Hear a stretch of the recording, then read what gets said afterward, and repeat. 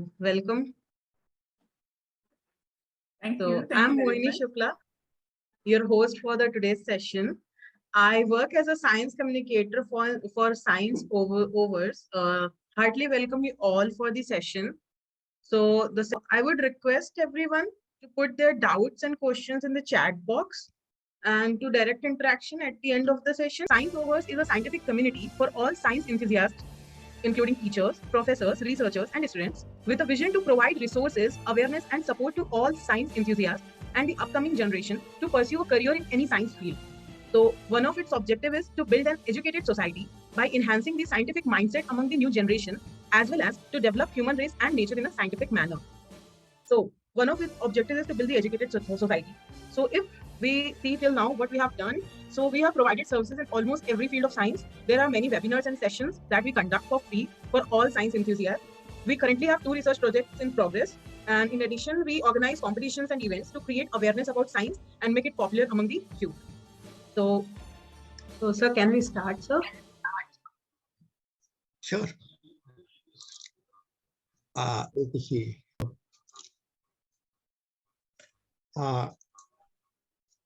Friends, you would agree that ScienceOverse has initiated a wonderful and useful job of organizing webinars of interest to a group of young enthusiasts for the subject.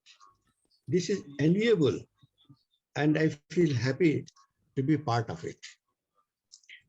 It must be arousing a lot of curiosity how all the tiny sources of light on the dark firmament of a sky keep shining all through the ages. If the pole star, so conspicuously described in ancient scriptures and associated with Dhruva, the princely son of the king Uttanapad of yore, is seen in the sky even today, what makes it shine so brilliantly? And what would keep it shining in future and for how long? These are the questions people are trying to answer in respect of not just a single star, but for a variety of stars with different brightnesses. It must be appreciated here that the first thing we notice about a star is its brightness. Now, treading on the path inspired by the questions raised above, it is interesting to note that the nearest star, our own sun, which is not only the life giver to all the living beings on the planet Earth, it also provides clues to all the answers to our questions. It is also called the Rosetta Stone. Now you can have a look at the first slide. And this is the Rosetta Stone, which was discovered in Egypt by the soldiers of Napoleon, who were digging the ground over there, and suddenly they found these things. Next slide, please. Next slide.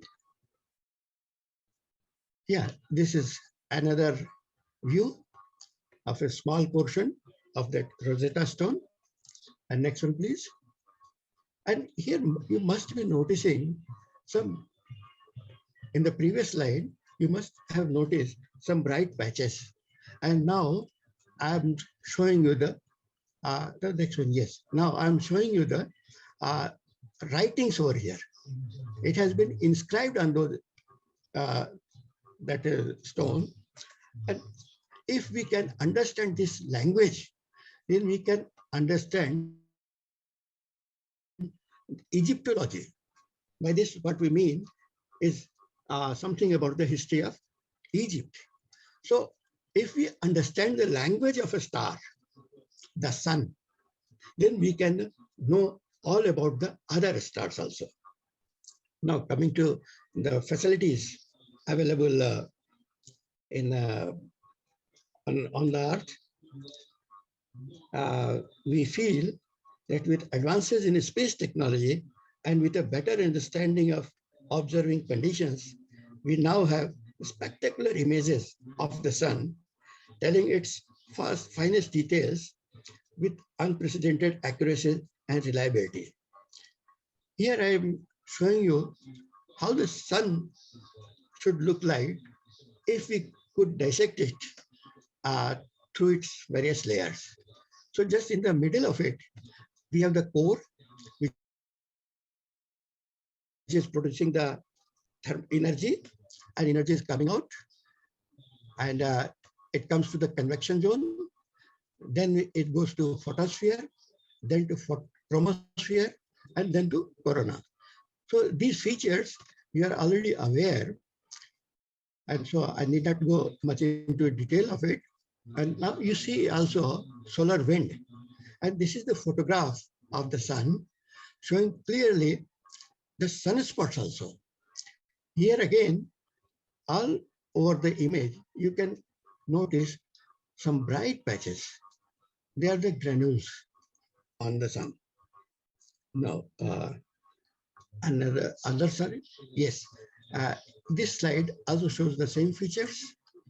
We have the sunspots as well as granules and blazes. Next one, please. Next one. Yeah. You see the corona of the sun, the inner part that is black, it should be the moon occulting the bright photosphere. And so the light is not there. And surrounding it is the corona as seen on Earth. This is in blue color. And surrounding it, there is a red color also. So this red is from spaceborne observations. Yes, there was some question. Can I have that question?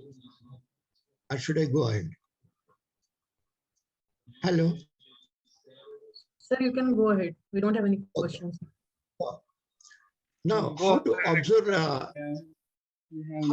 the sun? How to observe the sun? Next slide. Next slide, please. Hello. Next slide. Yes, this is the solar vacuum telescope at Kitt Peak National Observatory. The vertical tower, you see, has the telescope at its top, and the hypotenuse part of this triangle, it accommodates the light and sends it to a spectrograph where the light can be analyzed in great detail. Next one, please. Next slide.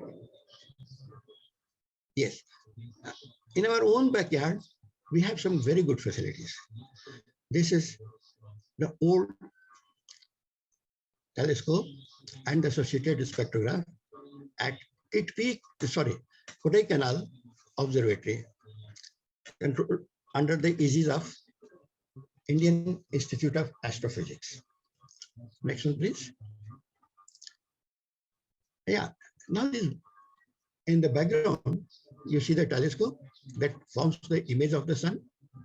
And then down below on the ground, you have several mast-like things, which are actually meant for a tunnel beneath them, and the hot air comes out of it, and the tunnel maintains a steady temperature. Next one, please. Yes, this is wonderful picture taken for the Udaipur Solar Observatory. Just on the left-hand side, you see their old telescope, and on the right hand, just behind the tree, you have the vacuum solar telescope. Vacuum we need because as the sunlight goes into the telescope tube, it heats the air over there. And that forms some eddy currents inside the tube that deteriorates the quality of the image. Therefore, one has to remove this air. That is one solution. The other great thing with this Udaipur telescope is that it is lying in the middle of a lake, that is Fateh Sagar Lake of Udaipur. The advantage with the lake is that all the sunlight is now falling on water. So it is water that gets heated, and the cold water from below comes to the top. It does not heat the air over there. So these eddies in the air are not there, and the image improves. So combined with the water around the telescope and the fact that we have a vacuum telescope, now we can get very beautiful pictures. Yes, this is a close-up of the island on which this is situated, the telescope, and you can very well see the lake part of it. Okay, next one, please. Yes, that's on the right hand. Yes, yes. This is the Aries, what we now call as Aries. The earliest name was UP State Observatory. So just in the background, on the right-hand side, you see the white dome-like structure. It houses a 104-centimeter telescope to observe in the night. And just left of it, there used to be another telescope, a 22-inch telescope. And in the foreground, you have the main building housing the various accommodations for the scientists as well as the administrative officers and other people. And the library is also at the left side of this building. Yes, please, next one. Next slide, please. Yeah, now you can see how we used to observe the sun. Here, just outside a hut-like structure, we have two mirrors, one over the other. The lower one faces the sun, reflects the light to the upper mirror, and this upper mirror throws the light through a window into the hut. And inside the hut, we have the telescope. The telescope, please. Next one. Next slide, please. Yes. Now, here you see, it's a two-mirror combination. Now, at the left, you see a very bright patch. Actually, this was the window through which light is coming inside.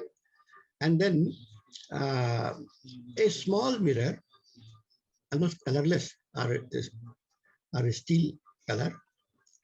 That is the secondary mirror. And then towards the towards the right, in white color, you have the first mirror. This is we call it F66 skew Cassegrain telescope. What does it mean actually? So this time, the light from the second mirror does not go through the primary. It just moves from the right-hand side of the primary at an angle of 6.5 degrees and falls onto the slit of the spectrograph. And there the spectrum is recorded. Now the next one, please. Yes, the next slide, please. Yes, this is a close-up of that cellostat. Just in the left-hand upper corner, you see the second mirror, and the right one, lower corner, you see the first mirror that keeps rotating. So wherever the sun is in the sky, this system always throws the light into that room housing the telescope and the spectrograph. So you can associate very heavy equipments also, very heavy spectrographs, giving you a high dispersion resolution for observations. Okay, next one, please. Next slide. Yeah. Now, you see, if we are on the ground, what we see is through a small window opened by the atmosphere to us. We can very well find that color sequence Vibgyor, and it offers a small window, as you can see, on almost the middle of the this diagram. And towards the left and right hand side, we have the blue structure, which means that water vapor in our own sky absorbs whatever is coming from the top, and therefore if we have to avoid our atmosphere, we have to go above the atmosphere in a maybe satellite to observe a star or the sun. This also means that we cannot uh, put heavy loads on the satellite. So this is the advantage of ground-based observations, that on the ground we will always put very high quality and maybe heavily weighed these spectrographs and good telescopes. Fortunately, the sun is so bright and we need only small telescopes. So a half-meter telescope or a 1-meter telescope is good enough. And for night observations, you all know that the stars are not this bright as we see from Earth. So we need bigger telescopes. Okay, next one, please. So that was our limitations. Now yes, next one, please. Yeah, so here you can see the spectrum of sun. At the top, we have the red color. Just in between, there is yellow, then green, then blue, and downwards, you can go to ultraviolet also. And similarly, upward, you can go to infrared. And you see that there are dark patches in this spectrum. And these are the famous Fraunhofer lines that were discovered by Fraunhofer. Here it is interesting to know that was a scientist, Kirchhoff, who accidentally introduced table salt into a burning flame. We at times we also do it, but that was historical because he found that the flame became yellow, and if we observe the flame through a spectrograph, we also notice that if the light is coming from a hot source, hotter than the temperature of the furnace, flame, and passes through the flame, the light passes through the flame, then since the photons from the source are coming from a high temperature regime, they emit emission lines. But if the rather, I'm sorry, I said the other, it should have been the other way, that the light coming from a hot source is being absorbed in the flame and they produce absorption lines. And if the temperature of the source is low, then the temperature of the flame becomes important and it gives rise to emission spectrum. So this is the main mechanism how these absorption lines are formed in the solar photosphere. And one more thing I wanted to let you know, that you might have noticed that all those black lines were not equally black. So if you can trace them through a photometer, you will find lines as shown in this figure. Upper show the spectrum from 6360 and onwards. Upper panel has two spectra, and out of this, even the higher one is the photospheric spectrum, and the lower one is the sunspot spectrum. Similarly, in the lower panel, the upper spectrum is that from the photosphere, and the lower is from the sunspots. So you see that these lines are very deep, and at the same time, they are broad also. They have different broadness and different depths. Actually, these things give us precise information about the solar atmosphere. So this was regarding the uh, absorption lines. Now during eclipses, it happens the other way, because now the bright light coming from the sun is blocked by the moon.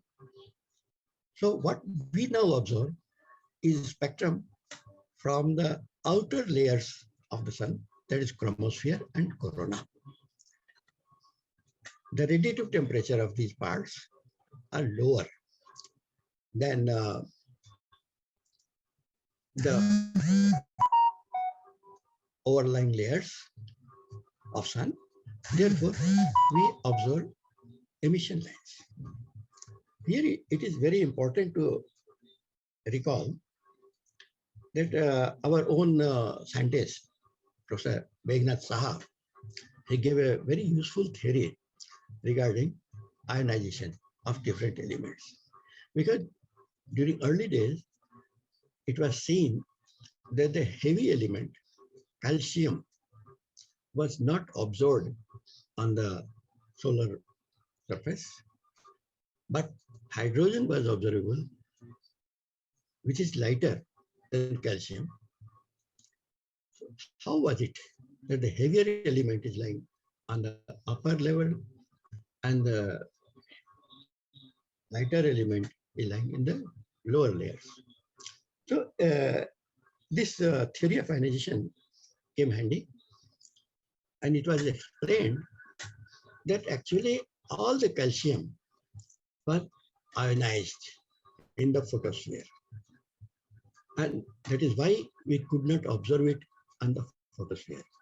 But at the same time, if we observe the chromosphere, we find the ionic lines of calcium, and the famous H and K lines can easily be observed in the chromospheric spectrum.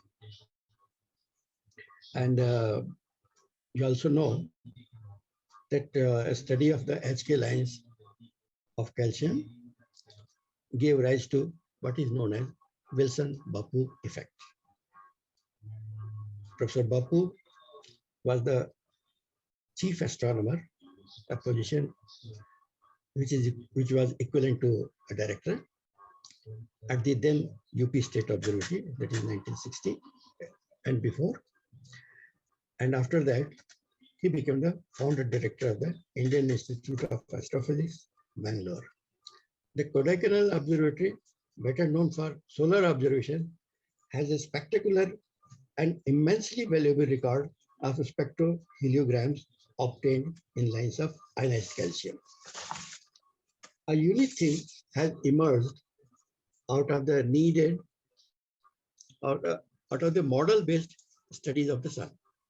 Sun as a laboratory source. Several stars, and so also the sun, exhibit a host of such radicals as C2, Cn, Co, Ch, OH, and etc. The cases where such a value as the oscillator strength, either the dissociation energies are not known or are not reliably known, a comparison of the observed and the calculated synthetic spectra has led to some dependable values. Even lines due to flow rotation in molecules such as NH have given reliable molecular constants.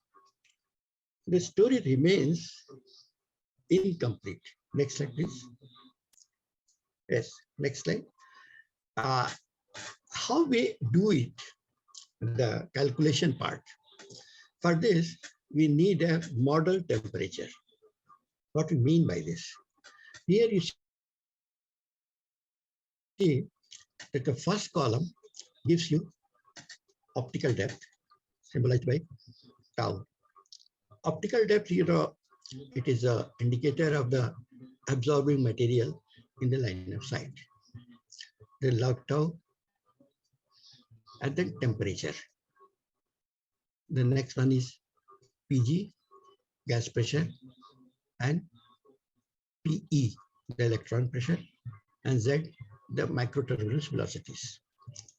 So if we could go inside the sun, we have a table giving you the optical depth, temperature, gaseous pressure, and electron pressure as we could go inside the sun. So these are the parameters that are usually utilized while making a line profile and matching it with observations. And a good match gives us the reliable values. And the table that I have shown here is a model of the photosphere given by two scientists, Holwiger and Miller. And it was in 1974. Until now, nothing better than this one has come out. It is a single component, homogeneous model atmosphere in LTE, that is local thermodynamic equilibrium. So any talk on these line profiles, abundances, and spectral lines will be incomplete unless we talk about the observations of the sun during eclipse. So next slide, please. Next slide.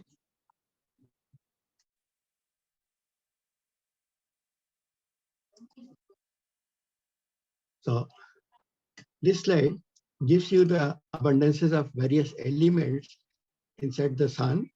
So it starts with hydrogen, helium, lithium, beryllium, boron, carbon, nitrogen, oxygen, like that. So you in the second column, you see that hydrogen as the total abundance of hydrogen is assumed to be 12.0. That is logarithm of the abundance is 12.0. And relative to this value, the value of other elements are given.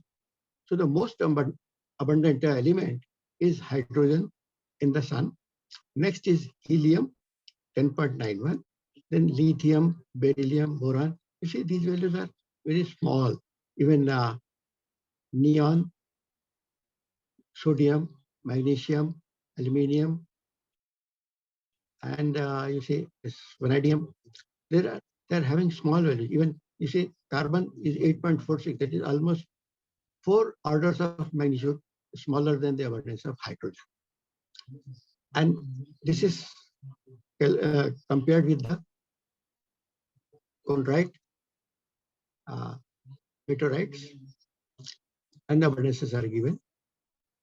And the abundances of carbonaceous chondrites, and that in photosphere, they almost match in various places. Mostly they match. So that gives us idea that abundances in the meteorites are the same as that in the photosphere, which is again the same as on Earth. So they are made up of the same material. So next slide, please. We did go very fast. Anyway, Yes, sir. I shall come to the conclusion part of it. So the discovery of helium and of the then popularly named coronium was made during total eclipse. During the total eclipse of 18 August 1968, a French observer, Janssen, noticed that he could see some yellow lines just on the edge of the sun. Later, he found that the same lines were seen outside the eclipse as well. These lines appeared to coincide with the Pickering series of hydrogen. Detailed investigations showed that they were the lines due to a then unknown element. Since the element was first discovered on the Helios, the Greek name for the sun, the new element subsequently observed on Earth as well was named helium. That was by Sir Norman Lockyer, who also observed the helium lines outside the eclipse. So Lockyer and Janssen both are credited for the discovery of helium. And the happy part is the discovery was made in India, in Guntur. It is also said, and solar physics was born in the tobacco fields of Guntur in 1968, 18 August 1968. William Ramsay in 1895 discovered the helium on Earth. As in the case of helium, another series of emission lines were discovered on 7 August 1969 by Charles Young and William Harkness in the spectra of corona, again during a total solar eclipse. The element causing this was named as coronium. It was not until the 1930s that Walter Grotrian and Bengt Edlen discovered that the spectral line at 530.3 nanometer was due to highly ionized iron, Fe13 plus. That means 13 electrons from a iron atom were removed. But what made it possible? The electrons colliding with the uh, iron atoms were so energetic that they could knock off 13 electrons from the iron atom. Additional lines due to highly excited atoms, aluminium 1, silicon 2, phosphorus 3, sulfur 4, carbon 4, argon 6, potassium 7, calcium 8, scandium 9, titanium 10, vanadium 11, chromium 12, manganese 13, iron 14, cobalt 15, and nickel 16 were also identified. Now, towards the end, it must be stated that the above gives only a glimpse of the whole scenario, and by no means it can wholly cover the science of interpreting the atmosphere of a star, and also that new ideas and new instruments yield great discovery. So we have to look for new ideas and new instruments to make important discoveries. Okay, thank you very much. This was all that I wanted to convey to you. If anyone have any doubt, you can ask this, sir. Pardon? So doubts. Pardon? Oh yes, sure.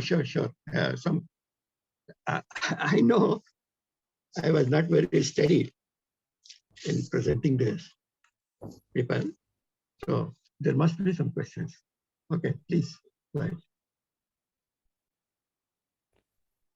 Sir, someone is asking, Nayar Prabhat is asking, why do we consider the gases of low amount instead of high abundance gas?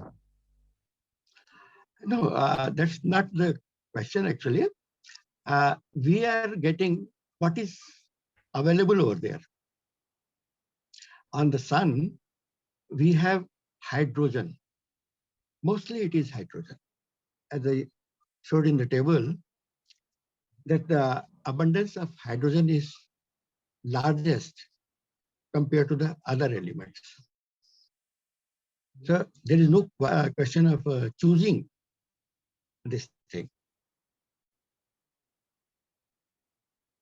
Okay. Yes, sir. And hydrogen is also considered the building block because hydrogen has one proton, one electron. Then you have helium with 4 electrons, 4 protons, and so on. Am I mistaken? No. Yes, let us go ahead. Any other thing? You go on adding a nuclei of different hydrogen atoms. You will end up with different elements. Okay. Yes, sir. Please. Anyone having any other doubt? So someone asking, Okay. sir, could explain the Wilson-Bapu effect? Not in great detail, but if we observe the H and K lines, then towards its wings, there are additional lines. And if we measure the distances between these additional lines, that varies depending upon the spectral type of the stars. it gives us important information about the chromosphere of other stars. At the moment, I think this should be enough. Yes.